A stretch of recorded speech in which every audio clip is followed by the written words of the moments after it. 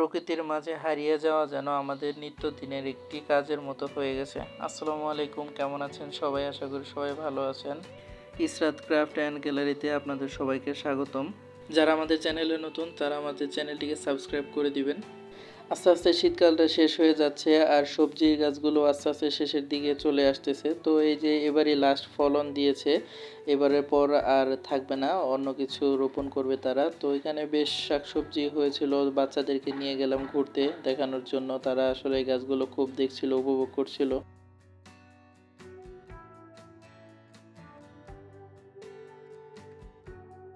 এগুলো হলো টমেটো গাছ, অনেক সুন্দর টমেটো ধরেছে, ভালো ফলন হয়েছে। বেশ অনেক বড় জায়গা জুড়ে টমেটো গাছ লাগানো হয়েছে। তার সামনে আছিল এগুলো পেঁয়াজ গাছ। তো এগুলো আর কিছুদিন পরে তুলবে, পেঁয়াজে ফুল আসলে তারপরে তুলবে।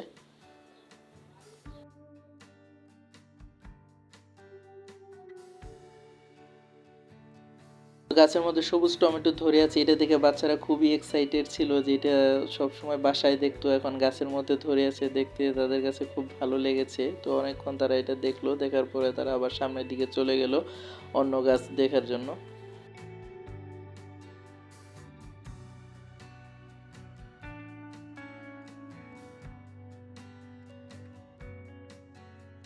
শীতের শুরুর দিকে আমাদের দেশে সবজির দাম অনেক বেশি থাকে এবং শীতের শেষের দিকে দাম অনেক কমে যায়।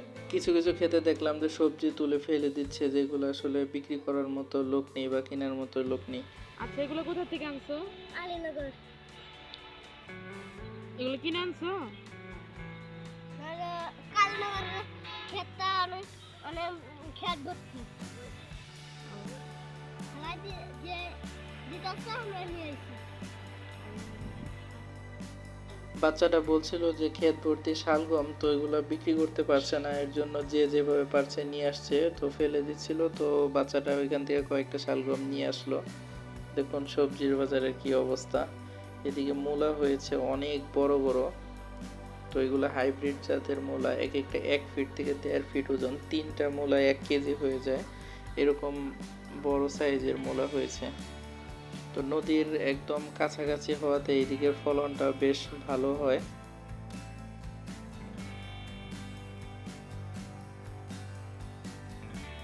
শীতকাল নদীটা অনেকটা শুকিয়ে গেছে, বর্ষার মৌসুমে কিন্তু আমরা যে জায়গাগুলো দিয়ে হাঁটতেছি ঘুরতেছি এগুলো সব পানি উঠে যায়।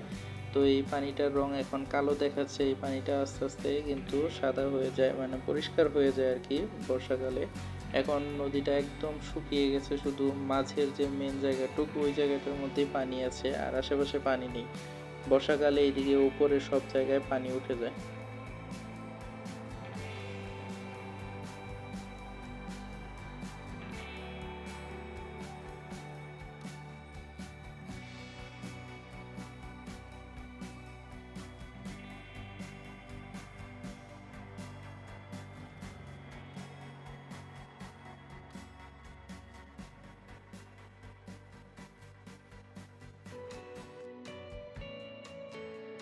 বাচ্চারা অনেকক্ষণ ধরে অপেক্ষা করছে ওই যে দূরে একটি বালুর জাহাজ আসতেছে সেটা দেখার জন্য।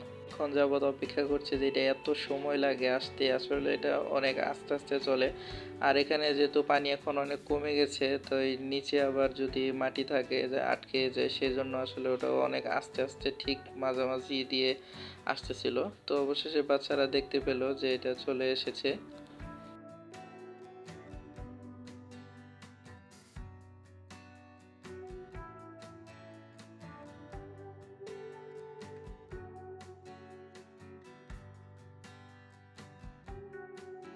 ওরা সবাই টাটা দিচ্ছিল, কিন্তু আসলে তো এটার মধ্যে মানুষ খুব অল্প, 2-3 জন মানুষ আছে। এটা আসলে বালু বহন করে থাকে, ইট বালু এগুলো এক স্থান থেকে অন্য স্থানে নিয়ে থাকে, সেই কাজে ব্যবহার হয়ে থাকে।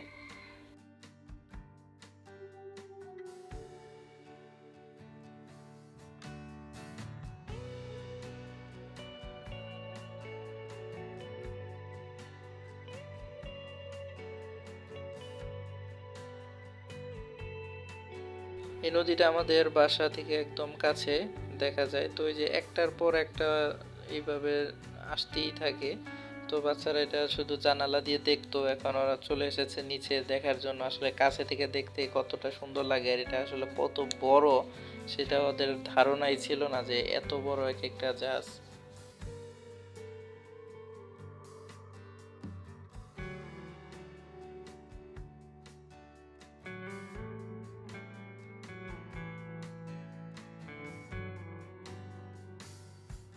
তবে বর্ষার মৌসুমে কিন্তু এখানে অনেক মাছ ধরে সবাই। এই যে দেখতে পাচ্ছেন মাছ ধরার জাল আটকানোর যেই বাঁশের ইগুলা এখনো আছে। তো এই নদীর দুই পাশে প্রচুর মানুষজন মাছ ধরে এবং এখানে অনেক মাছ পাওয়া যায় বর্ষাকালে।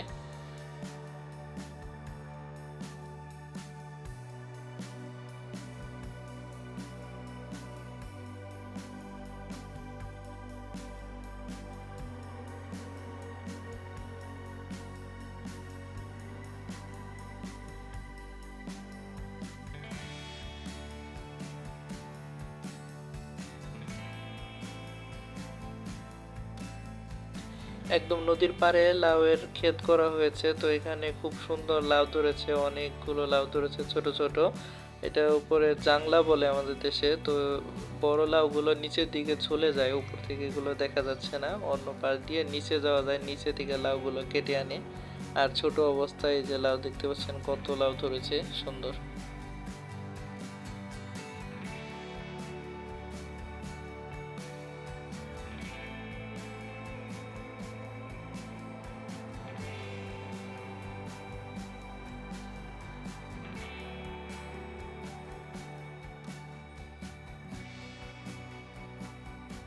শাকসবজির পাশাপাশি এখানে কিন্তু একটি ছোট পরিসরে গোলাপ বাগানও আছে।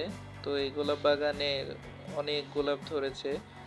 এক একটা গোলাপ 10 টাকা থেকে 12 টাকা পিস পাইকারি দরে এখান থেকে বিক্রি করে। প্রতিদিন 10টা 11টার দিকে এখান থেকে গোলাপ তোলা হয় সকাল থেকে, এবং 10টা 11টার দিকে সেগুলো পাইকারি দরে বিক্রি করা হয়।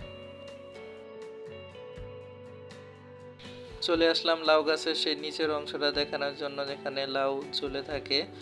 তো এখান থেকে সকালবেলা লাউ নিয়ে গেছে, যে কারণে এখন সংখ্যাটা অনেকটা কম দেখা যাচ্ছে। সকালবেলা আসলে দেখা যায় প্রচুর লাউ থাকে। তো আজকে সকালে অনেকগুলো লাউ কেটে নিয়ে গেছে, যার কারণে অল্প কিছু লাউ দেখা যাচ্ছে।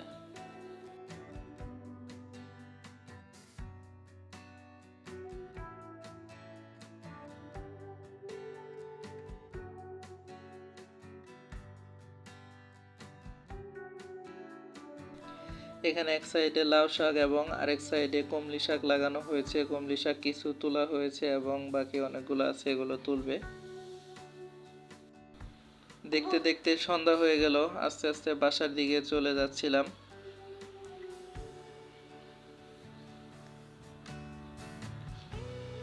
লাল শাকগুলো খুব সুন্দর ধরেছে, বেশিরভাগ অংশ তুলে ফেলেছে আর অল্প কিছু আছে। তো ভিডিওটি আজকের মতো এখানেই শেষ। সবাই ভালো থাকবেন, সুস্থ থাকবেন, আল্লাহ হাফেজ।